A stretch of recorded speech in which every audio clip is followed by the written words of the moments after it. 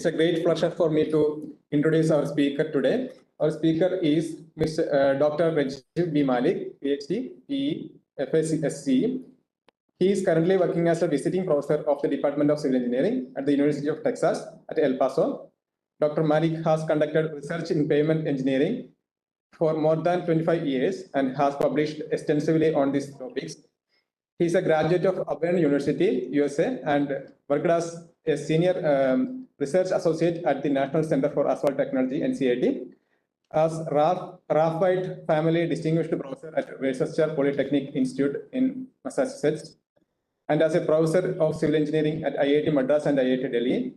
He has completed numerous research projects for several DOTs, Federal Highway Administration, Massachusetts Port Authority, NSF, and several private organizations.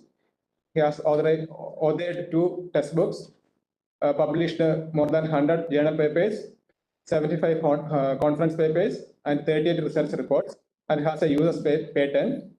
He is a member of the TRB Asphalt Materials Selection and Mixed Design Committee, and is an associate editor for the ASC Journal of Materials in Civil Engineering. Welcome, sir. Thank you. Over to you, sir. Sir, thank you, Wilson. Thank you, everyone. Good afternoon. Thank you for giving me this opportunity to talk to you. Let me try to share my screen here. Give me one second. You can hear me? Hello. Yeah, are you talking to me? Yes. Brilliant.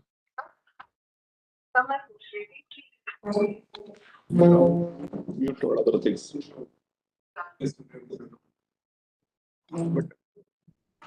No, if I should go ahead or stop. Yeah, please proceed, sir. Go ahead, sir. Okay. Thank you. And as Wilson mentioned, my talk today will be on challenges and solutions in cold asphalt pavement recycling. Very glad to know that you have introduced and you are probably using this technology on a regular basis in Kerala. So my involvement with this technology started in late 1990s. And this is a fascinating area because it's a very sustainable technology. I don't have to talk about recycling anymore because you're familiar with it. But as you know, it's a very practical field. And the more we work on it, the more problems we encounter and more we learn, and we try to solve some of the problems with some solutions. So I'll try to give you some examples of challenges that we have faced and the solutions that we think would work. Some of them we have tried, some of them we are trying now, and we'll see how it goes. Anytime, if you have a question, please feel free to stop me and ask me. Cold asphalt recycling methods, primarily there are 3 types of methods, as you know. One is the cold in-place recycling, in which part of the pavement, which is asphalt material, it is recycled in place without the application of heat. Then there is cold central plant recycling, in which you take the material out with a milling machine, for example, and you go to a central plant, and there you recycle again cold using something like asphalt-based emulsion. And then the third in-place recycling process is the full depth reclamation, in which the asphalt layer, as well as a predetermined depth of the granular layer that is below it, is recycled at the same time. So between these 3 processes, typically we try to use one at a time, but there have been examples where at least 2 of them have been used together. So for example, if you have a really deep pavement or a pavement with a deep asphalt layer, you can have part with the CCPR and then the remaining part recycled as a FDR. So there are combinations that can be conducted with these three different recycling processes. Now, there are several steps in this kind of cold recycling process. And primarily what we do is we start out by milling to a depth. And in most cases, the milling happens with the simultaneous application of the additive. The additive can be foamed asphalt, the additive can be emulsion, asphalt emulsion, or it can be a combination of foamed asphalt and cement or emulsion of cement. And once you have the initial milling and the recycling process, then you have a grader which profiles or which shapes the material into a specific profile for the road. Then you have a compactor. Typically, we use ship foot roller, heavy ship foot roller, more than 20-ton rollers. And you need to add some water for compaction. And then finally, we use a steel drum roller followed by a pneumatic tire roller. And the idea behind the pneumatic tire roller is that it seals off the voids on the surface. Because unlike hot mix asphalt, this is a relatively open mix, which has a high void content. So that is, in general, the steps in a cold recycling process, particularly full depth reclamation. Now, as I mentioned, you can also have the central cold plant recycling. And in that case, you take the materials to a plant and then you mix it with a foamed asphalt or with emulsion, and then you load up the trucks and bring it back to the job site for laydown. So this is an example in the state of Maine. You can see that the road is pretty much cracked and deteriorated, and it has potholes as well. And this was marked for rehabilitation. So one of the designs was using foamed asphalt for full depth reclamation. And you can see here that the original structure was 4-inch aged and cracked asphalt, 2-inch bituminous stabilized gravel, then a gravel base, and then a subgrade silty clay with boulders, right? And the rehabilitated section is a recycled foamed bitumen with 3.2-inch asphalt surfacing overlay. So when we are recycling this, obviously we are taking into account these materials as part of the recycling process.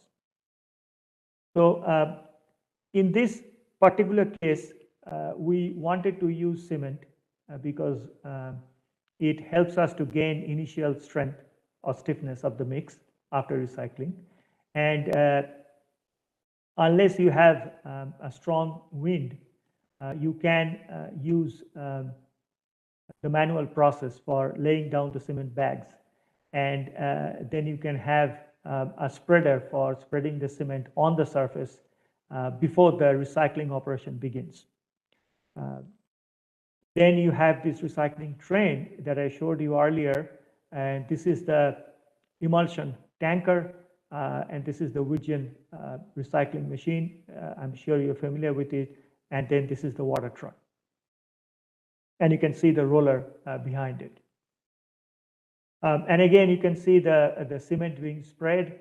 And this is after recycling, the grader shaping the material into a specific profile.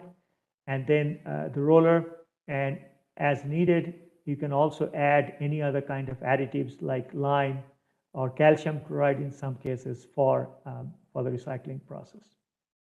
And after you're done with the pneumatic tire compaction, you can see that this is how the recycled layer looks like, the full depth reclaimed layer. And it may or may not be overlaid with hot mix asphalt within a short period of time. Typically, it is done within the same season, but in some cases, it may take another season if the funding is not there to put the overlay. Now, That is as far as the logistics are concerned, right? But technically, there is a question that when is this layer ready for, number one, opening for the traffic, and number two, when is this ready for overlaying with the hot mix asphalt, right? Because anytime you're using foamed asphalt, not too much for the foamed asphalt, but anytime you're using an emulsion, you have water. So you don't want trapped moisture inside the layer before the placement of the hot mix asphalt overlay. Okay, so here's one of the questions, one of the challenges that we always face, that how long should we wait to let it cure before allowing traffic and before applying the hot mix asphalt. Now, one more question that we always face in the case of full depth reclamation or cold interest recycling is that what is the modulus of the recycled base? You can do full depth recycling, you can do cold interest recycling, but you need to know ultimately what is the structural strength of that layer so that you know that you have satisfied the capacity that you anticipate in the recycled layer, right? One of the big problems in this case is that it is very difficult, if not impossible, to obtain the intact samples from recycled layers.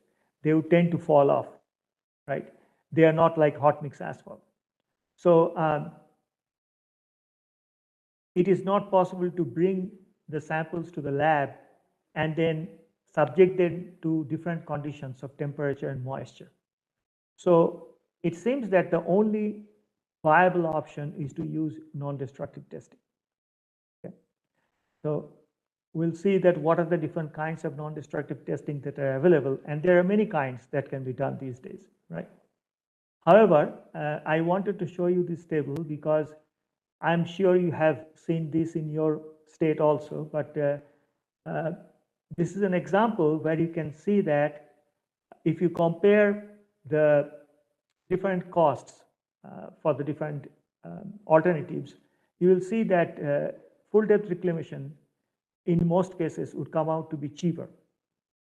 And at the same time, you will see that it gives you a stable, strong, structurally sufficient layer, right? But the main issue is that we need to construct it in the proper way. Otherwise, it gets messed up and it will not satisfy its purpose.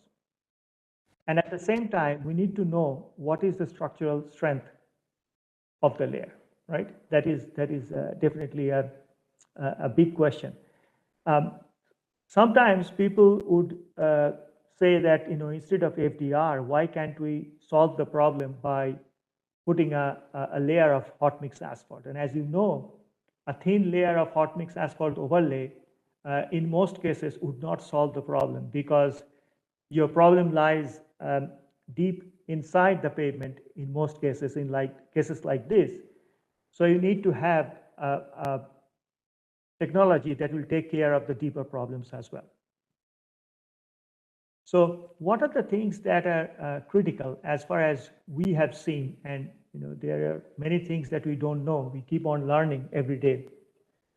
But some of the things that you have learned, and I'll try to summarize here. If you go from the bottom towards the peak here, project selection is very important, right? What are the materials, what are the distresses, and what are the thicknesses of the layers? Mix design, of course, is critically important because that's going to dictate what kind of materials and how much you apply. Then there is the construction, and construction process pretty much is dictated by the equipment that you have, and equipment manufacturers typically have good guidelines, right? But one of the questions that is still out there is the application of overlay and curing. When can we do that?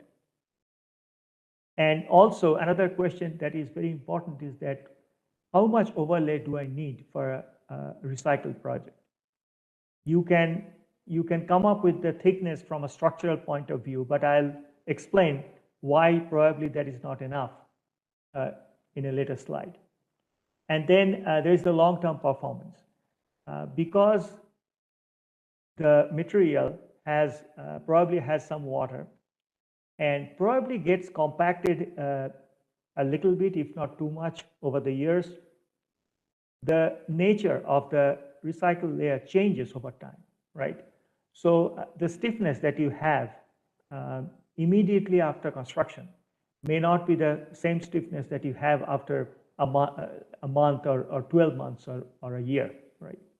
So what is the long-term performance, or what are the long-term properties, right, of the different layers? One of the things that we have learned is that it is very important to have good project segmentation.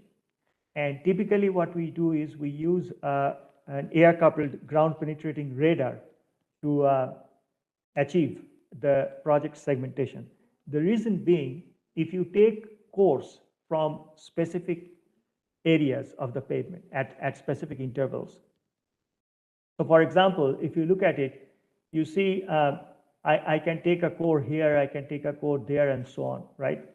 But if you follow it with a ground penetrating radar, you will see that in many cases, what we get from the borings or taking cores is not in reality what it is in between, right? So for example, these are the stations, and you can see here asphalt samples or asphalt cores that were taken, and we try to find out what is the depth of the asphalt layer, how deep is the granular material, because I need to tell the equipment manufacturer, or I need to tell the contractor that this is the depth you're going to mill, right?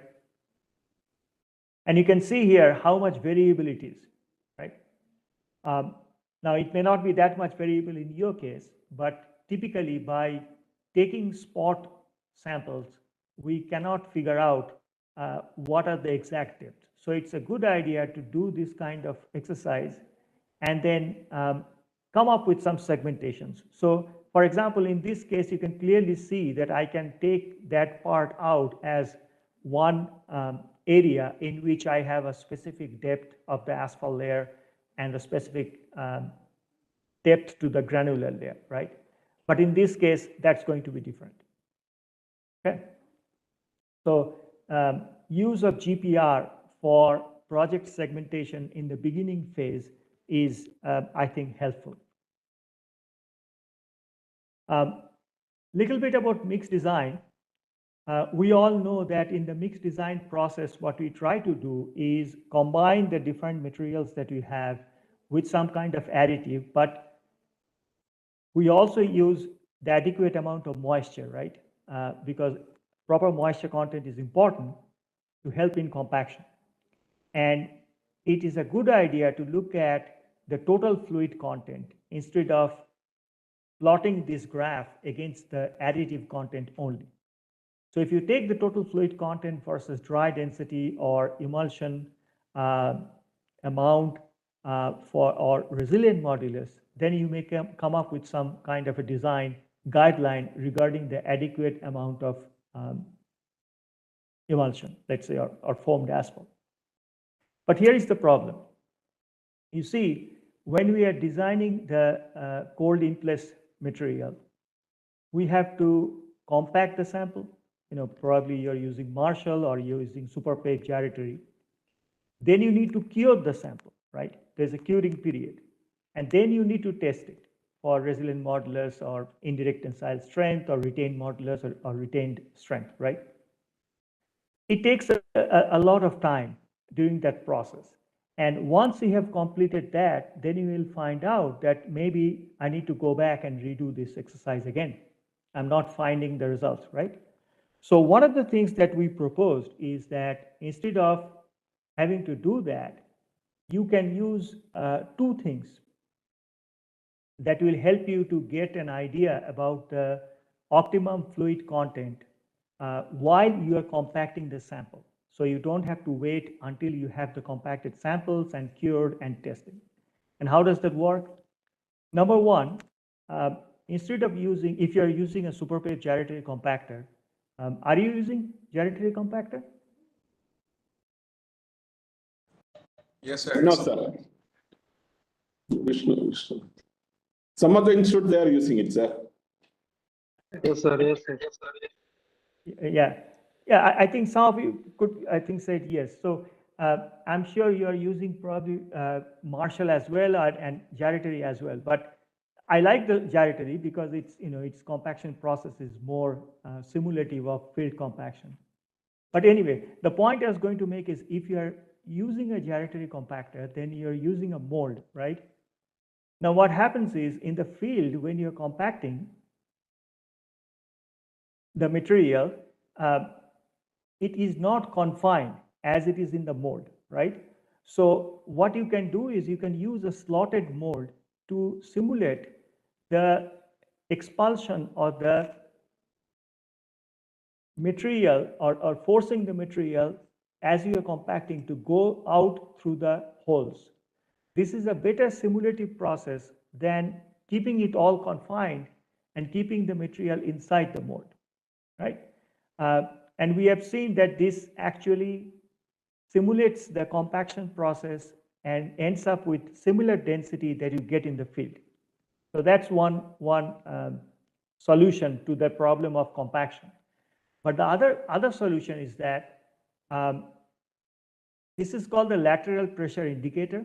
So in the gyratory mold, you have two sections that are cut at 90-degree apart, and you put two load cells or pressure cells, typically they're load cells. And what you do is, as you're compacting the sample, you keep on monitoring the load that is coming as horizontal pressure or as lateral stress. And the idea is that the better the material, the less the lateral stress you have. And if you go back to soil mechanics, this has to do with the angle of internal friction. Your ratio of lateral stress to vertical stress is a function of sine phi. It's actually 1 minus sine phi. So higher the phi, lower is your lateral stress. Okay, and you can see some examples here that if I have 1%, 3% emulsion, this is the lateral pressure that is generated during compaction. Whereas if I go to 5%, you can see how high it is, right?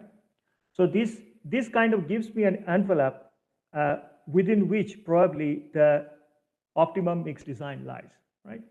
And if you look at this plot, it shows you the lateral pressure by vertical pressure against the voids for different kinds of aggregates, right? So if you have angular aggregates versus rounded aggregates, you can clearly see that rounded aggregates, mixes with rounded aggregates, give you a higher lateral pressure, okay?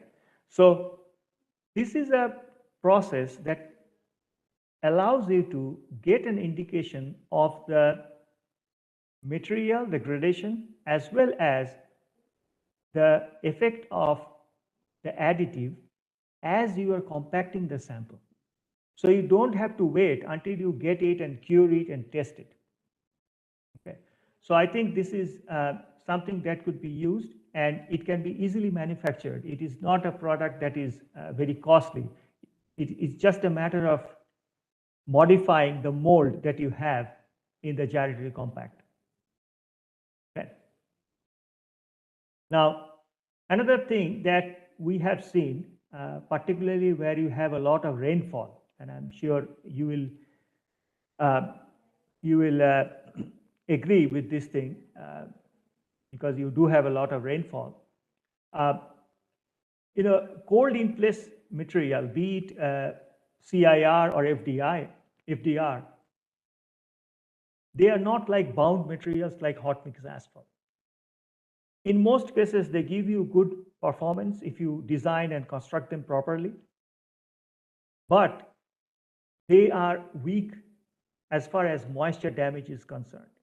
If you have sufficient amount of moisture penetrating into the FDR layer or the CIR layer, you cannot prevent its destruction, right? And it's a very sad thing because it's a sustainable process, it's a recycling process, but it gets destroyed with water. And the way to prevent it is to make sure that you have the sufficient cover or the overlay on top of it. Okay. And what is the overlay? The hot mix asphalt, right? How do we decide on the hot mix asphalt thickness? From structural design, right? But it makes sense if you test the recycled material along with the hot mix asphalt applied with the proper amount of tack coat in the moisture induced stress tester. And I'm pretty sure you are familiar with the MIST. Am I correct? Yes, sir. Yes. I believe you already have that equipment. At least I saw it in NIT Calicut, I think, way back. So, I'm sure you're familiar with it. So this is the device that actually generates pore water pressure inside the samples. It has a bladder that inflates and deflates, and you place the sample in it and fill it up with water, right? But instead of using only the FDR or the CIR sample, what we are proposing is that use an amount of tack coat that you feel comfortable with, and you place HMA layer of different thickness and different gradations. If you have the freedom to use different gradations. If you are bound by IRC specifications, then you may want to have different thicknesses, right? And check how the property of this FDR, the composite sample, is changing as a result of moisture conditioning. How can you check it? Because this is a tall sample, right? We cannot check it with the resilient modulus or indirect tensile strength. And I don't like the indirect tensile strength because even though it is effective, you destroy the sample. You cannot check the same sample, right? So what you can do is you can use ultrasonic testing. Ultrasonic testing to find out the moduli, and you can calibrate it against resilient modulus, right? So we have clearly seen that if you have two HMA layer instead of one HMA layer, the reduction, so this is the reduction in design modulus after conditioning, right? The reduction is significantly low. And also it matters how much emulsion you spread for the tack coat. You can clearly see here that as the tack coat amount goes up, the permeability goes down, okay? And the air voids also go down. So what is the function of the tack coat here? Well, you all know that one function is that it binds the top layer with the FDR or the bottom layer, right? Yes, that is true. But the other function is that part of that tack coat goes to fill in and block the surface voids in the cold recycle layer. And that is very important because that is another path through which the water enters inside the FDR layer or the CIL layer, right?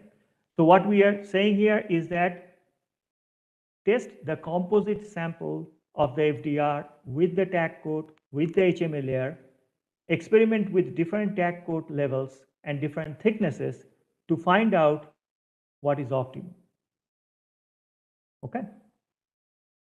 And when you are testing it, you can enclose the FDR or the CIL layer with a membrane so that the water can get a chance only through the top HMA layer, not through the sides. All right. And then, as I said, that what is the optimum time for opening up the recycle layer to make sure that it has cured enough, right? And also to apply the overlay. So in this regard, we are trying to use this technology in Texas now, but it was developed on national level in the US in 2021, the use of the short pin raveling test and the long pin shear test for finding out when we can open it to the traffic or when we can overlay it, right? And the idea is that you take a fixture like this and you just use a DCP or some sort of a blow to push it through the device, push it through the layer, and you find out that what are the threshold values, and you see that you have achieved at least this number of blows, and then you try to rotate it, and you see that you have achieved at least that torque. And then you can say that it's ready for opening up to traffic or opening up for overlay. Okay? So this is a very useful thing to find out when is the appropriate time and you're not trapping moisture inside the layers due to insufficient curing. And by the way, if you want more information on this, you will find it here. So I'll send you the PDF of the slides once I'm through. Okay, long-term strength gain. As I said, this is important. Wilson, how am I doing? How much more time do I have? Around another 20 minutes you can take, sir. Another 20 minutes I can take. Okay, thank you. Thank you. All right. So as I said, that long-term strength gain, it will be good to get some cores and take them to the lab and do some testing, right? Because you can subject them to different kinds of temperature or moisture regimes. I don't think temperature is a problem in your case, because if you have a freeze-thaw problem, which you don't have, then there can be significant changes in the properties. But you may have a moisture problem. So it will be good to have it. But as I said, unfortunately, we cannot get samples, intact samples in most cases. So we have to rely on different kinds of non-destructive testing. Falling weight deflectometer is the best one that we can perform. But people also do a dynamic cone penetrometer, the GeoGauge, lightweight deflectometer, and portable seismic pavement analyzer. I like this one, the PSPA. And over the years, people have developed the relationships between the design modulus and the seismic modulus, and how to calculate the seismic modulus or how to calculate the non-destructive testing modulus based on, for example, deflection. Okay, so those guidelines are there, and I think they can be very helpful. To me, it does not matter which technology you use. They are probably all equally quote unquote accurate, but the key is that you collect sufficient information over the years so that you have confidence in what you are trying to do in terms of measurements of modulus of the layers. Okay, so let me try to show you a practical example of that that process of finding out the strength of the layers. Wilson, can you give me 1 second? I just need to get something. Just give me one minute. I'll write back. Yes, sir. Yes, sir. Yes, sir. Okay. Okay. Let me see. Just give me 1 second. I'll be right back.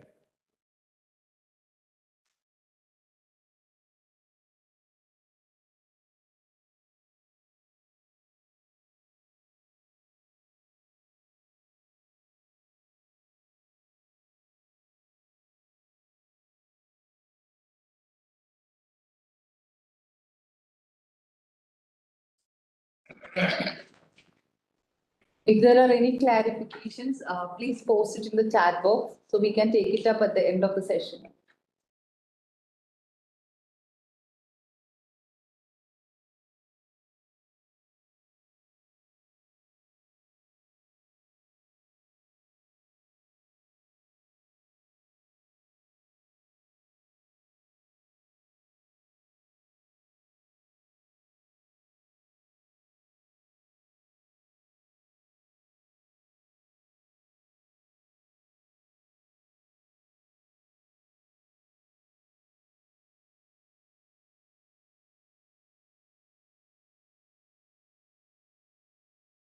Okay, can you see my screen? Yes, yes, yes. Okay, all right, thank you. Okay, so this is a group of projects in the state of Maine that we were involved with. And most of these projects are medium volume roads. And they do carry a lot of trucks, particularly with forest products. And I'm mentioning this because it's very similar to probably your conditions where you have trucks carrying logs or tree products from various areas to the nearest port or the nearest train station. Okay. And you can see here that after doing full depth reclamation work, we tried to get the samples, and quite often what happens is you have these big stones or big rocks that prevent you from getting full depth cores, and you can see once you get them, sometimes you have falling, these stones fall off, and then you get these samples with big hollows. Obviously, it's a big problem trying to test them in the lab, right? So what we try to do is, yeah, I see some questions. Please, if you want to wait. No, sir. That you can answer at the end of your talk. Okay. All right. Yeah. Okay. Please, I think that would be not that I don't want to answer now, but it gets very complicated to look at my screen and look at the chat and things like that. So give me 1 second. Yeah. So what we did is we used the FWD whenever we didn't have the opportunity to get intact cores. But we did take cores where we could, right? And you can see here that there is a huge difference between your dry modulus and conditioned modulus in this case. And in that case, in this one, it is not that much of a difference. So the point I'm trying to make is that, depending on the project, depending on the existing materials, there could be a huge difference between the dry modulus and the conditioned modulus. In this case, the retained modulus was 18% only, right? Practically all of the stiffness is gone when it is subjected to moisture. Whereas in this case, it's 83%. So it could be the mixed design process, it could be the construction process, but it could be also the properties of the existing material that make a difference. Now, in that case, one can also suggest that if you do not have the right kind of materials, right kind of gradation, for example, you can add aggregates on the surface and then mill it along with the existing material to modify the gradation, right? So that could be done also. And then we also try to look at the fatigue properties of foamed asphalt and compare them to hot mix asphalt fatigue properties by doing fatigue testing of beams. And if you look at this plot, you see obviously in the case of the recycled layer for foamed asphalt, let's say for example for 300 microstrain, you can see what is the number of repetitions to failure. Whereas for 300 here for hot mix asphalt, you can see that it is much, much greater. So the point here is this. When we do the structural design, let's say we use IIT PAVE or any kind of layered elastic mechanistic design, we always think that the tensile strain is going to be maximum at the bottom of the asphalt layer. And we find out whether it is meeting the fatigue properties. But we also know that if the asphalt layer is too thin, then most likely the maximum tensile strain is not happening at the bottom of the asphalt layer. It is happening somewhere way below. And in many cases, for full depth reclaimed or recycled layers, we say that because it is a recycled and very stiff layer of base course, we can put a very thin layer of hot mix asphalt and be happy with it. But that does not serve the purpose. Number one, it can destroy the recycled layer because of moisture ingress, because you have a thin layer. And number two, the base course layer, which is the recycled layer, may end up having a very high tensile strength. And obviously, it's not a bound course. And you can see how the fatigue properties compare with the HMA layer. So it's not going to survive too long, right? So again, the point being, we have to have an adequate cover of hot mix asphalt on top of the recycled layer. Otherwise, it's not going to survive, right? So At the end, what I would like to do is, this is what we are working on right now in Texas to develop a comprehensive evaluation plan for any kind of recycling process. Because it's a sustainable process, we need to have a framework that shows that what are the benefits, what are the disadvantages, what are the challenges, and things like that.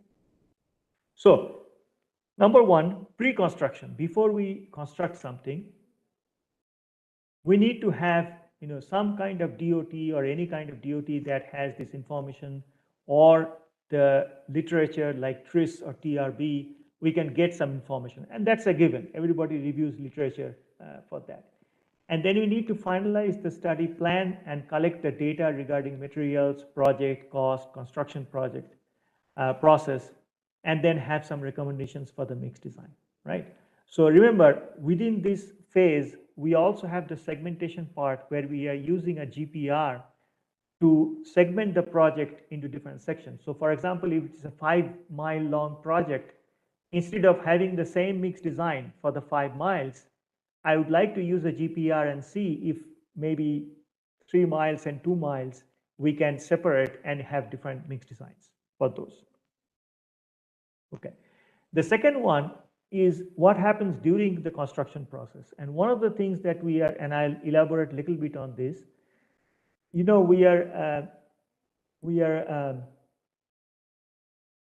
are focusing a lot on sustainable construction process, right? And one of the 3 pillars of the sustainability is environment. So what we are trying to figure out is that in terms of air quality, in terms of fumes, in terms of emissions, how much are we actually saving, or how much we are actually getting benefited from the recycling process, right? So you can have sensors during the construction process to find out what kind of emissions you're getting from this process. You are familiar with most of these, so I'm not going to repeat this. But some of the things that are important is, for example, worker exposure to heat and traffic, right? This is very important. So if you are having a hot mix asphalt pavement layer versus cold in-place recycling, right? What is the difference in the worker exposure and the heat and the traffic? Because that actually pertains to the social factor as well as the environmental factor in your sustainability process, right? So I think any comprehensive plan should look at the emissions as well as the worker exposure to the heat and the traffic, as well as the emissions, right? And again, as I said, that during the construction process or before and after the construction process, checking the stiffness with falling weight deflectometer or any kind of non-destructive testing is a good idea to find out what the baseline stiffness is and how it is changing over time. Now, thanks to our center here, which has done very good work on intelligent compaction. Intelligent compaction is also something that can be utilized in this case because it will give you real-time feedback regarding the strength of the material. And quite often we rely on density. Most often we rely on density, right? But if we get some idea about the shear strength of the material as we are compacting it, number one, it will give us an idea about what kind of strength we can expect. And number two, it can tell us, when it is time to stop the rolling and the compaction, that we have done enough. We don't need to do any more, right? So it's a very smart way of doing it. But then again, you need specific equipment and specific software to do that. And then the post-construction process is equally important for this kind of framework. We need to keep on testing samples, or if that is not possible, doing the non-destructive testing. And then ultimately, if you combine all this data, what I'm trying to get at is that you can get the life cycle analysis, which has the environmental factors as well. And of course, the life cycle cost analysis, which has only the economics part, right?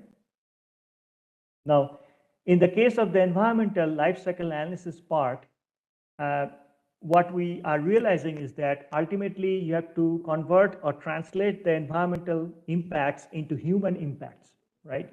So for example, how much particulate matter you have and how much that can affect your health. That is also important. Okay, so just to summarize here, you can look at the slides later on. If you combine all these things, what you will get at ultimately is what is the expected life and the cost, how many miles can be rehabilitated every year versus how many miles you need, and how much of the road network will be in good condition or excellent conditions at any time. Okay. Why is this important? Because there is another angle to look at for this thing. What is that angle? You see, how much of the road network will have reduced emission at any time is a factor of what conditions the road is in. Because the condition of the road is going to affect your speed. And the speed has an important effect on the carbon dioxide that is generated by the vehicles. And you can see here that if the speed drops, the CO2 emissions goes up significantly. So which means if you have congestion, if you have poor roads, people cannot drive at a moderate speed. Obviously, if you go too fast, it again goes up, right? But if it goes too slow, it also goes up, right?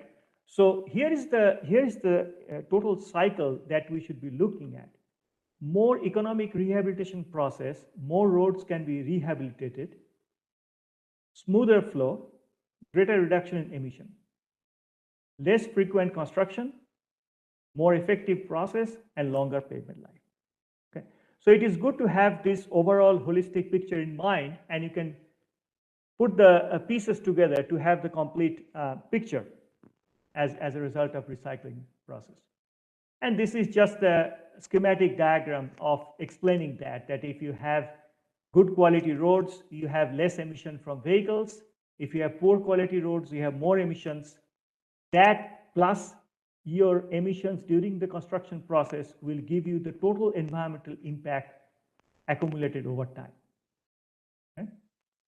So what are the steps needed? Mixed design verification. Good to have a 500 feet test section, field sampling.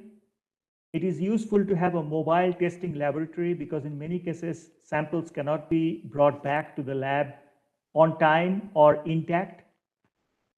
Instrumentation for capturing fumes, data collection, lab testing, field monitoring and analysis, and finally coming up with conclusions and recommendations.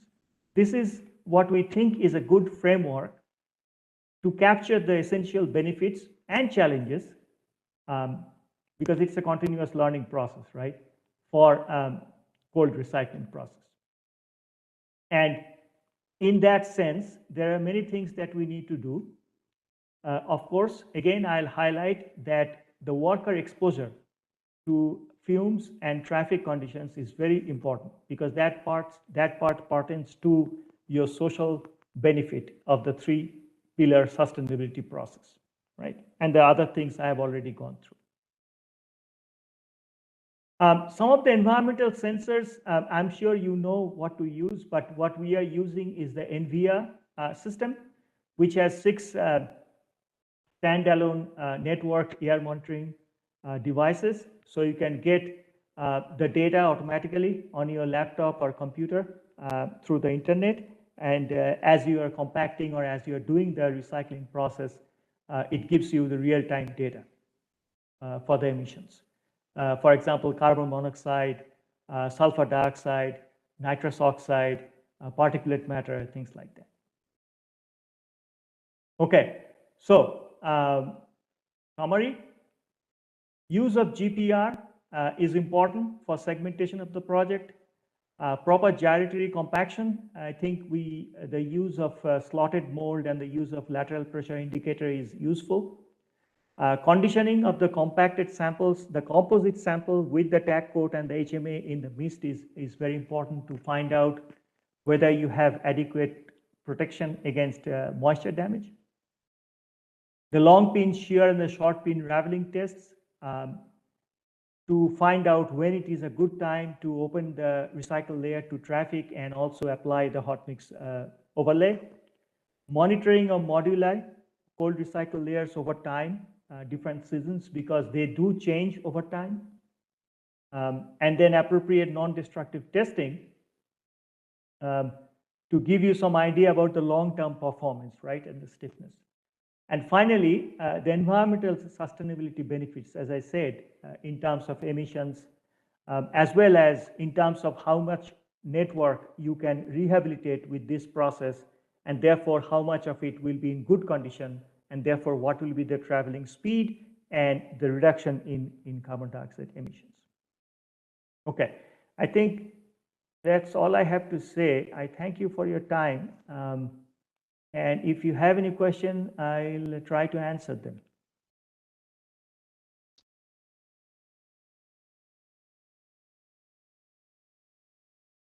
Thank you, Professor. We have some questions in the chat box. Shall I read it? Yeah, actually, let me see if I can stop sharing here and then try to open the chat box. Where do I find the chat box?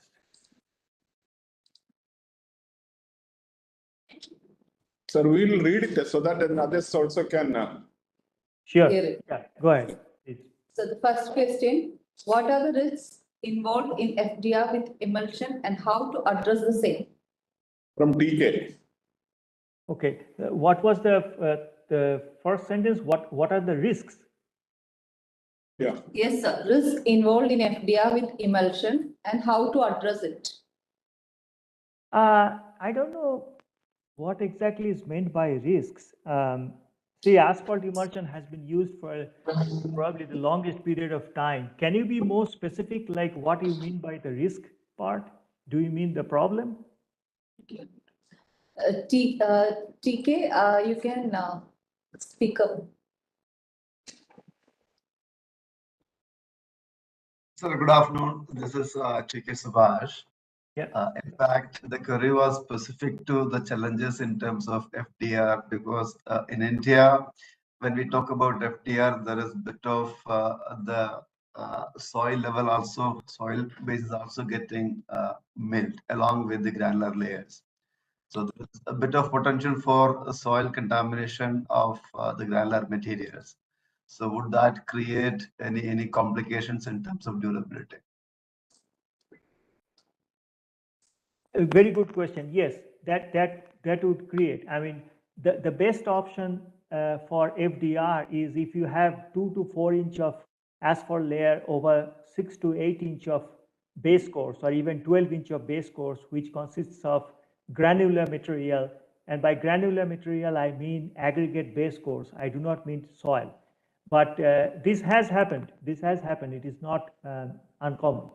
So if you get the soil in this, the only thing that will change is your mix design, because I don't think soil is a problem. The soil is a challenge. Let me put it this way. Because when you have the soil with the granular aggregate, the mixture that you have is different from having a granular aggregate and a hot mix asphalt, right? So the thing that will solve the issue is a proper mix design. It can be done. It can be done. But again, if you're talking about soil, I'm hoping that it is sandy soil. It's not clay. Okay. So if it is clay, then it can pose other kind of problems. If you have an issue like this, one way to avoid that kind of a problem is to make sure that you don't go into that depth, which will bring up the soil, or you can put a layer of aggregates on the top so that when you mill from the top, you still have adequate thickness, but you don't need to reach the soil. The other problem, I see what you're saying, is probably that the base course is contaminated with soil. Is that your question? Yeah, that is another challenge I wanted to address. Yeah, if the base course is contaminated with the soil, then what we need to know is, and that's the reason why I said that we need to do a good method of project segmentation, that maybe up to some point you have a clean gravel or aggregate base course. Then at some point there is soil with the aggregate. I think I think it is a problem that can be solved by having the proper mix design. You may have to add, in some cases, you may have to go with cement. In some cases, you may have to go with adding granular materials.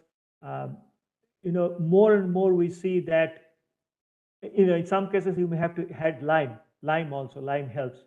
But more and more cases, people are using active fillers, because to get the good full depth reclamation gradation, you need to have sufficient amount of fines. And one of the challenges that we face is that we don't have sufficient amount of fines. So in that case, we have to add crusher dust that we get from quarries on the surface, and then we mix it so that we have adequate fines, right? But if you have soil contamination, then what I would suggest is that doing the mix design properly and using the right kind of active fillers, like for example, Portland cement or lime, along with the emulsion or the foamed asphalt, to make sure that you have a strong base. Thank you, sir.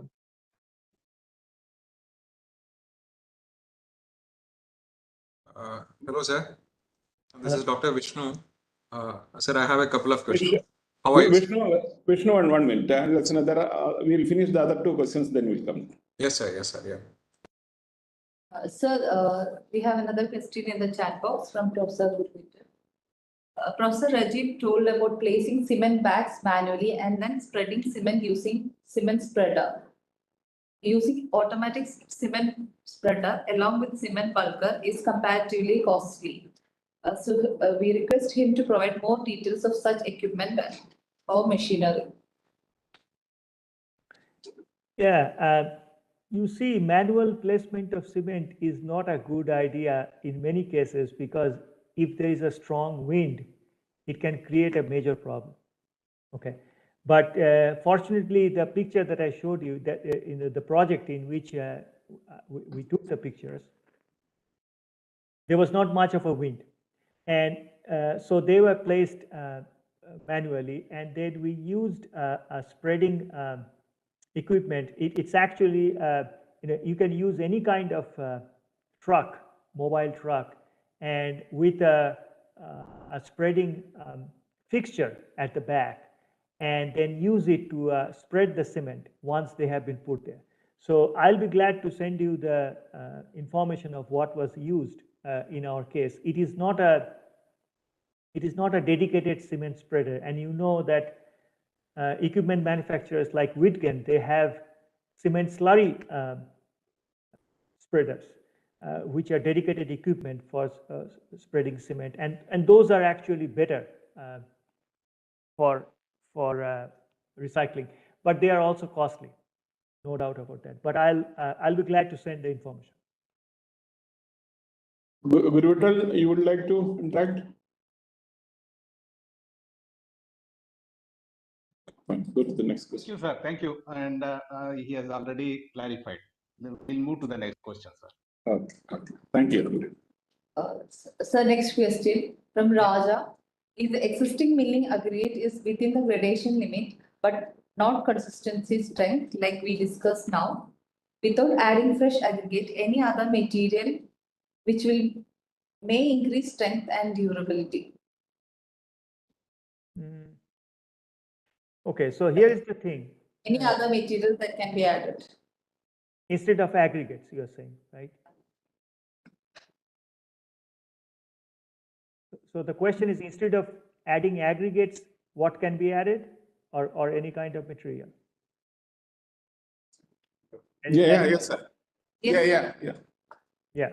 So the point is that you have to add some kind of material like foamed asphalt and emulsion and cement also if needed to achieve the compaction process, get density, and also get initial strength gain, right? Quickly strength gain.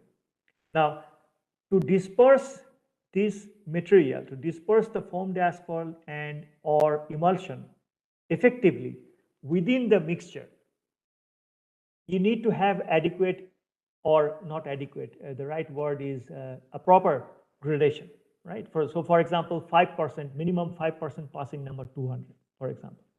So you can add other materials, and there's a lot of activity going on with polymer modified emulsions, high yield emulsions, engineered emulsions, things like that. But to me, the basic thing is that whatever you add, it needs to be dispersed within the mixture. And if you don't have a good gradation of the particles, whatever you add probably will not get dispersed adequately, and the full potential will not be realized. So I think getting a good gradation is the primary important factor. And after that, you can add any kind of material. Now, foamed asphalt, particularly in my experience, is that you need to have adequate amount of fine materials, because as you know, it is the foamed material with the fine material that forms the mastic that works as a welding between the big particles, right? So if you don't have that mastic with the fine particles, then there is no welding.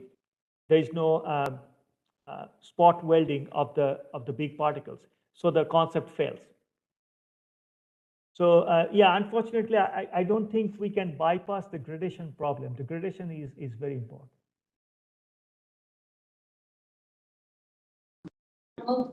So he has one more question.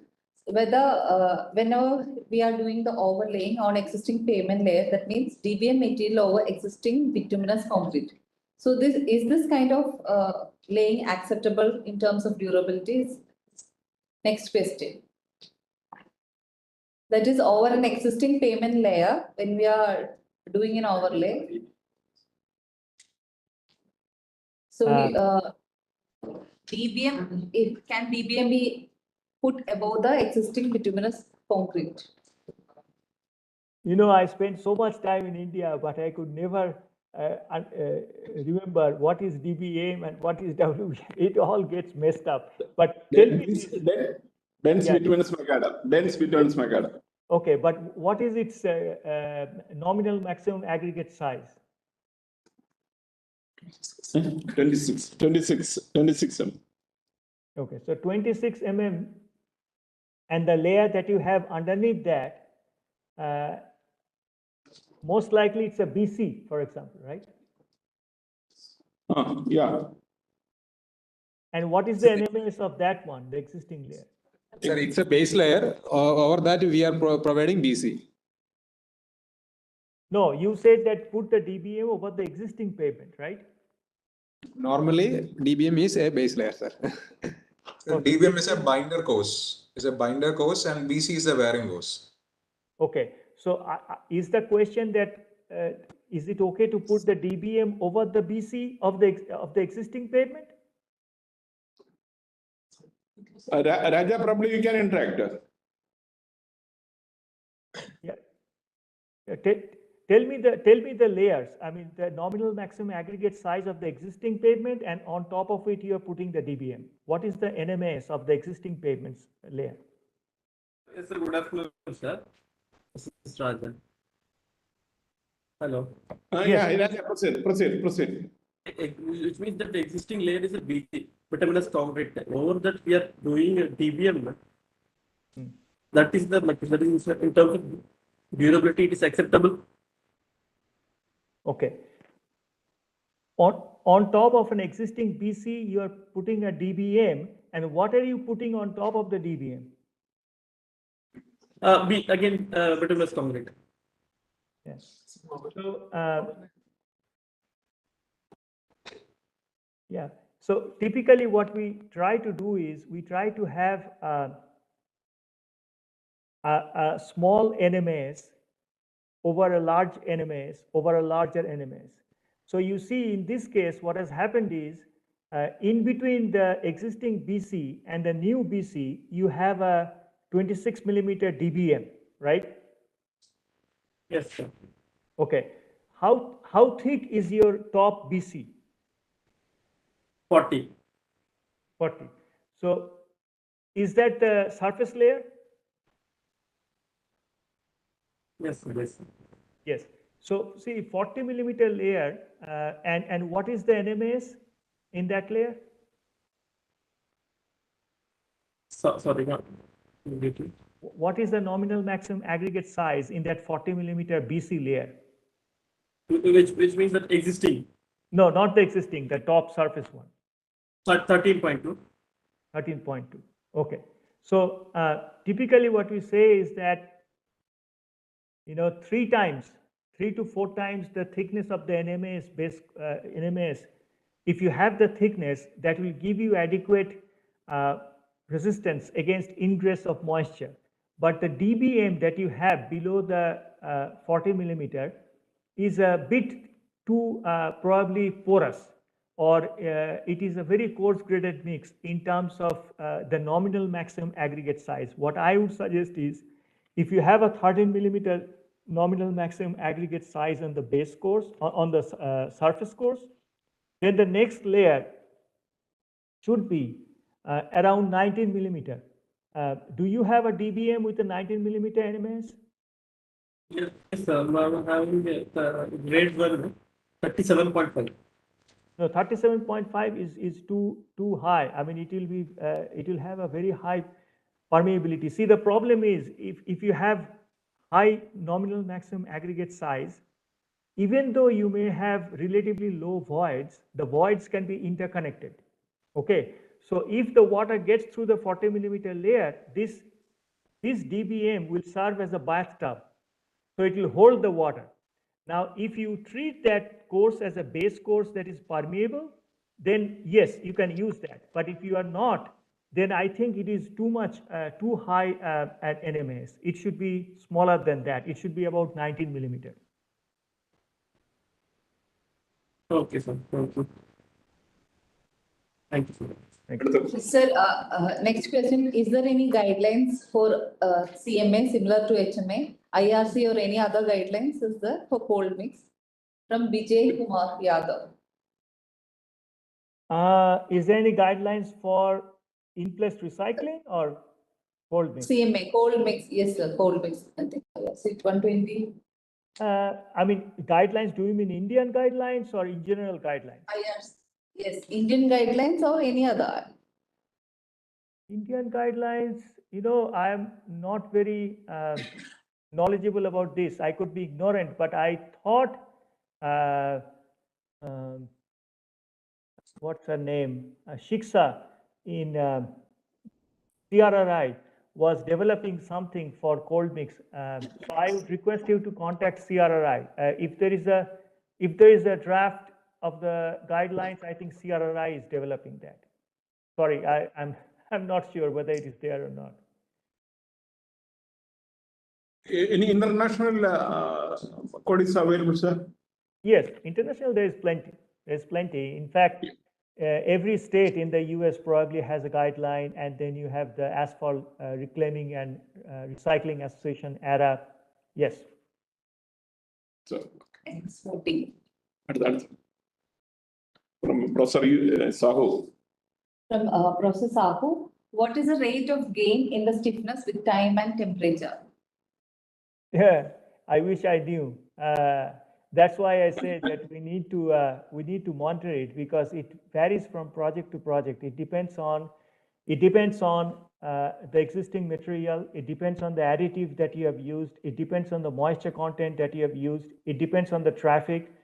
It depends on the environment, and it depends on how quickly you have overlaid it with the hot mix asphalt.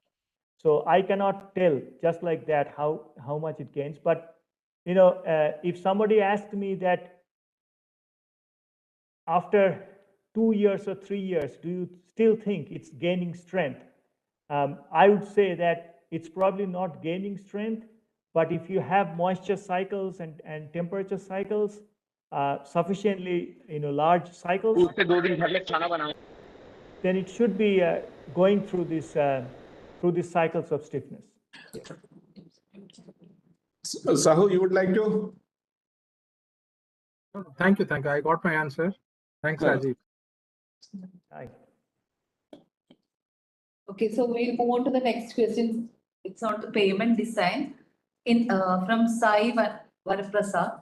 Sir, in the case of HMA design, we consider epsilon V and epsilon T for pavement design as a transfer function in case of transfer function.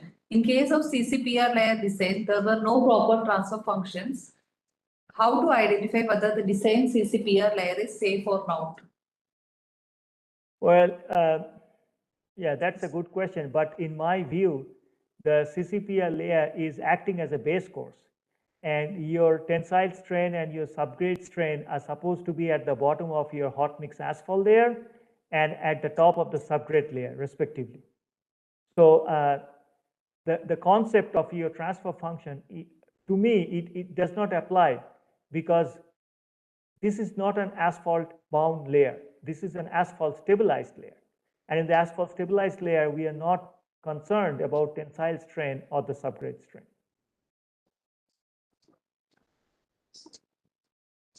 Thank you, sir. We move on to the next question. In IRC 37, 2018, the moduli of wrap treated with emulsion is 800 MPa. I'm interested to know that what would be the moduli in case of hot in plant recycling by adding bitumen aggregate as required for suitable mixed design of DBM. This is from Professor Solanki. How do you want to mix it in the plant? Can you repeat that? Sorry, I missed that.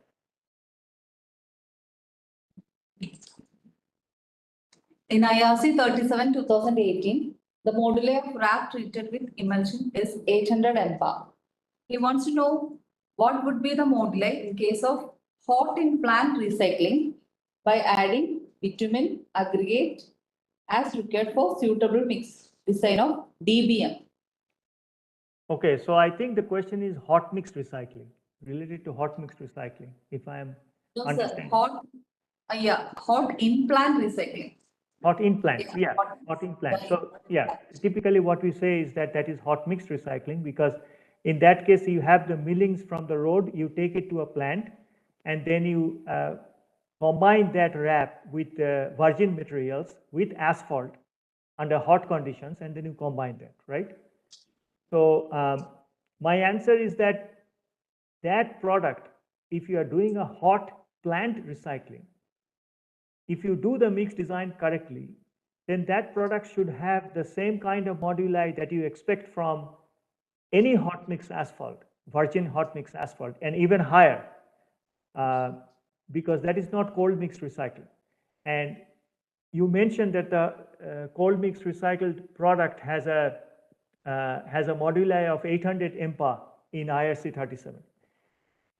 I'm sure that has a basis, and I'm sure that is given as a guideline. But in my experience, this is not a fixed number, because if you are doing in-place recycling, particularly in-place recycling, there's a lot of factors that can affect your moduli. And in my view, the concept of moduli needs to be re-examined, right? If you take a single core and you find out the modulus, you have a modulus. But if you go to the field and if you have one layer above another layer, whether that bottom layer is stiff or less stiff or more stiff has an impact on the overall stiffness of that layer which is on top of this. So in that case, the concept of moduli that you have in the lab is different from that. So I would feel comfortable if you get the back calculated modulus from the field for cold recycled projects and see whether you are getting 800 MPa or not. That will be more realistic value. Vishnu, Okay, sir, thank you. your time now. Yeah, good evening, Professor. Sir, my first question is, in cold in-place recycling, if you're only milling the bituminous layer and we are converting it to BSM, are there more risk of the layer becoming completely bound? If you're only milling the bituminous layer, and if you're using either an emulsion technology or a foam bitumen technology, are there a risk of the layer becoming completely bound over a period of time? What do you mean by completely bound? Sir, when we have only a wrap material and we are stabilizing this using an emulsion or using foam bitumen, does this behave like a completely bound material? Generally, BSM belong to the category of partially bound. Yeah, I don't think it behaves as a completely bound. Because number one is that, unless you have a high temperature, your binder is not activated. So all you are doing by using the foam or the emulsion is lubricating the particles for good compaction.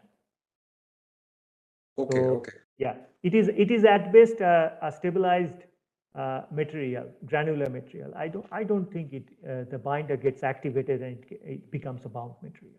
Sir, because there can be softening agents in the emulsion. There can be softening agents which are used in the synthesis of emulsion, which can soften the wrap binder.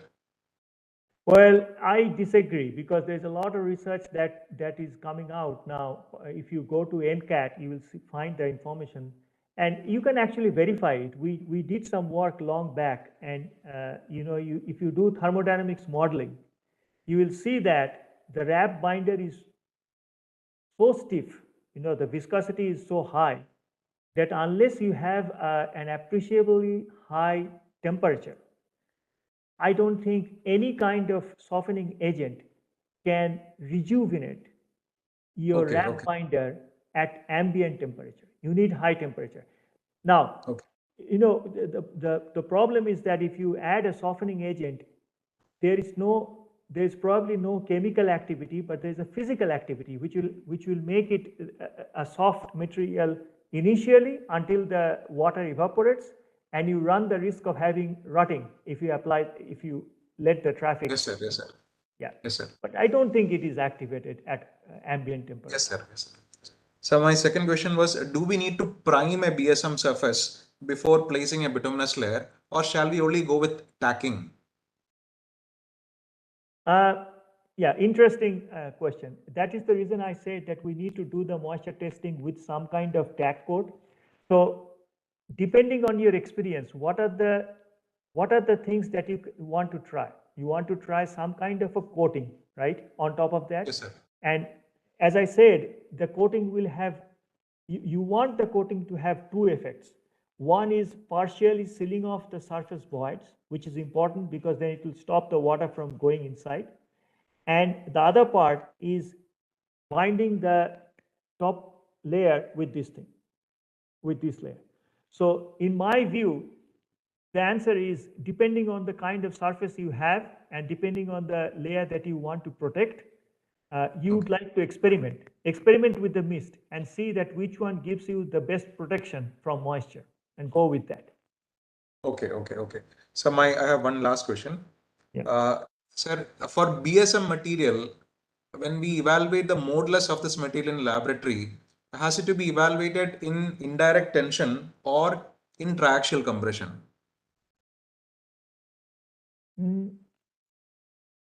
Well, as you know, Vishnu, it depends on whether that material is a granular material or whether that material is a bound material, right? Yes, sir. And in my view, I think triaxial is a better approach than doing indirect, because first of all, if you do in indirect tension, you have loading effects and age effects, and those effects are also accentuated if you have temperature fluctuations, right? Okay. Yeah, I think triaxial is a better method to go. Okay. Thank you, Professor. Thank you. Thank you, Professor. Thank you, Vishnu. Thank you all the participants. Any further questions, please email to us. We pass on to Professor Mallick, sir, or directly you can email to him. Directly they can email to Rajib. So now we have come to the end of the technical talk. So I would like to express my sincere gratitude to all of you for being a part of this wonderful event. Your presence have made this event a great success. I would also like to extend my thanks to today's Tech Talk speaker and our honorable guest, Dr. Rajib B. Mallick, Professor, Department of Civil Engineering, University of Texas, United States, who have enlightened us with his valuable insights on the challenges and solutions in cold mix asphalt recycling. And I hope you have addressed most of your questions.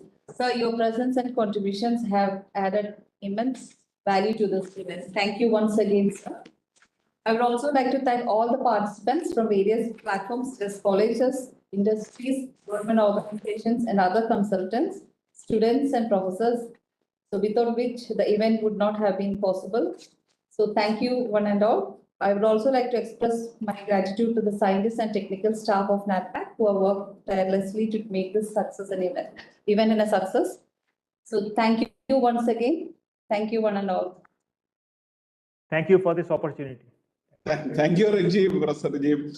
Next time when you visit, let's say visit NATPAC Trivandrum also. Okay. I invite you. We'll have a physical meeting here. A lot of interactions are possible. I look forward to it. Yes. Okay. Yeah. All right. Thank you. Thank you. And sorry for your late night. My pleasure. My pleasure. Thank you. Thank you. Thank you, sir.